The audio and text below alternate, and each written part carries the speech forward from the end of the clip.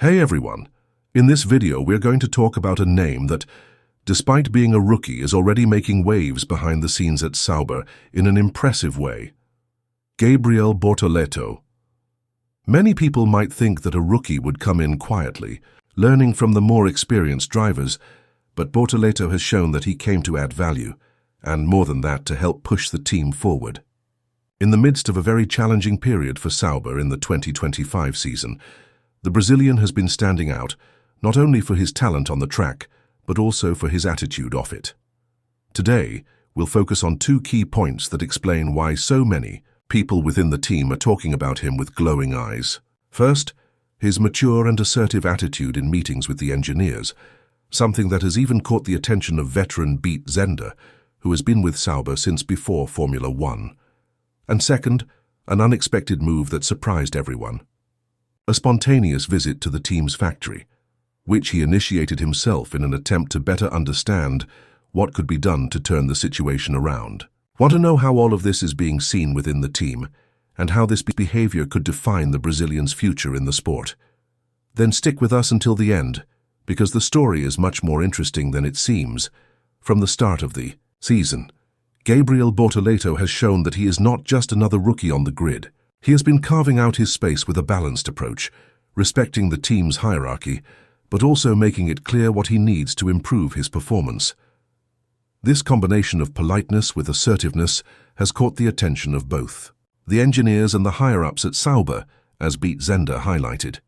The veteran made it clear that even without raising his voice or pressuring aggressively, Bortoleto manages to be direct and highly effective in his points. What's interesting is that he does this naturally. Rather than making demands, he presents arguments, shows data, talks about his sensations in the car, compares with specific parts of the track, and proposes solutions for a team that is still trying to find its technical footing this season. This type of feedback is invaluable, and the clarity with which he communicates his technical needs is helping the engineers understand exactly what is limiting the car's performance. Another point Zender highlighted was the positive influence of Bortoleto's relationship with Nico Hülkenberg. According to him, Bortoleto observes a lot, absorbs the details, and is making good use of his teammates' experience. This is something rare in rookies. Knowing how to listen, filter what is useful, and apply it quickly. After the Japan GP, Bortoleto could have taken the traditional route of resting, analyzing data remotely, and preparing for the next race. But instead, he decided to do something different. During the flight from Suzuka to Bahrain, while struggling to sleep, the idea of visiting the team's factory came to him. He said himself that he was reflecting while looking out the window of the plane and thought, "I can go home and rest, or I can do something useful." He chose the second path. The curious thing is that not even the team was expecting it. When he landed, Bortoleto called Matthias Binotto, who hadn't gone to Japan, and proposed the visit. Binotto, surprised, agreed right away. This shows the kind of involvement that few drivers show right off the bat. The visit wasn't just a quick stop to say hello. He went through various departments, talked to the design team, the aerodynamics department, analyzed data, and shared his sensations with the engineers.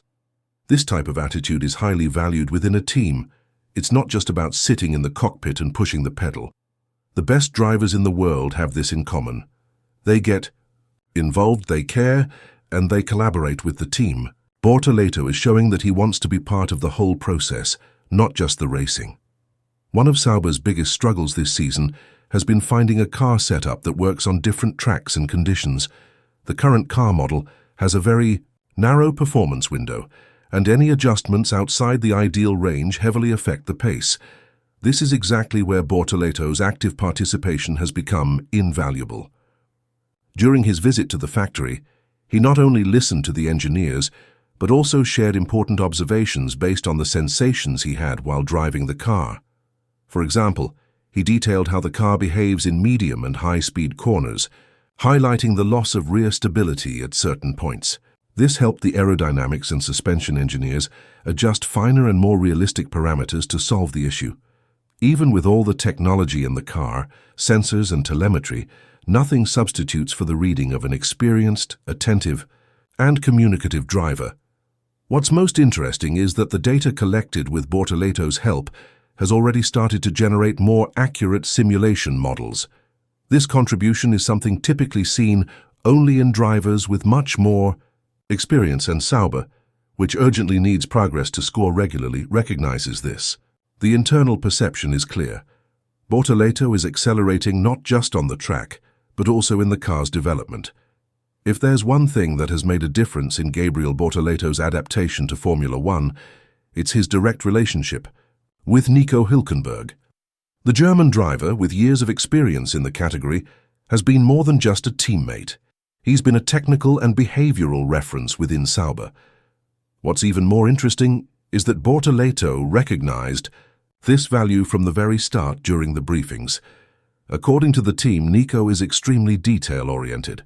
He doesn't let anything slip, talking about